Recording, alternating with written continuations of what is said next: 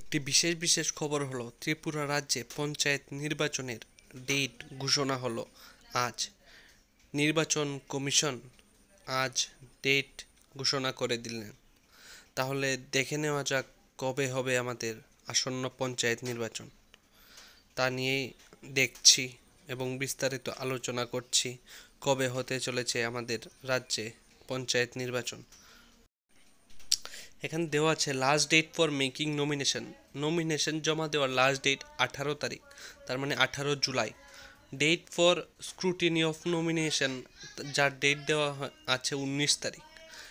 Last date for withdrawal of candidate, মানে উইথড্রলের date দেওয়া আছে 22 তারিখ, জুলাই মাসে 22 তারিখ। এবং ডেট অফ পোল, মানে কবে হবে আমাদের রাজ্যে নির্বাচন, তার ডেট দেওয়া আছে 8 তারিখ। তার মানে আগস্টের 8 তারিখ 8 তারিখ হবে আমাদের রাজ্যের নির্বাচন এবং তার কাউন্টিং করা হবে 12 তারিখ। এটাই জানিয়ে দিল আজ নির্বাচন কমিশন।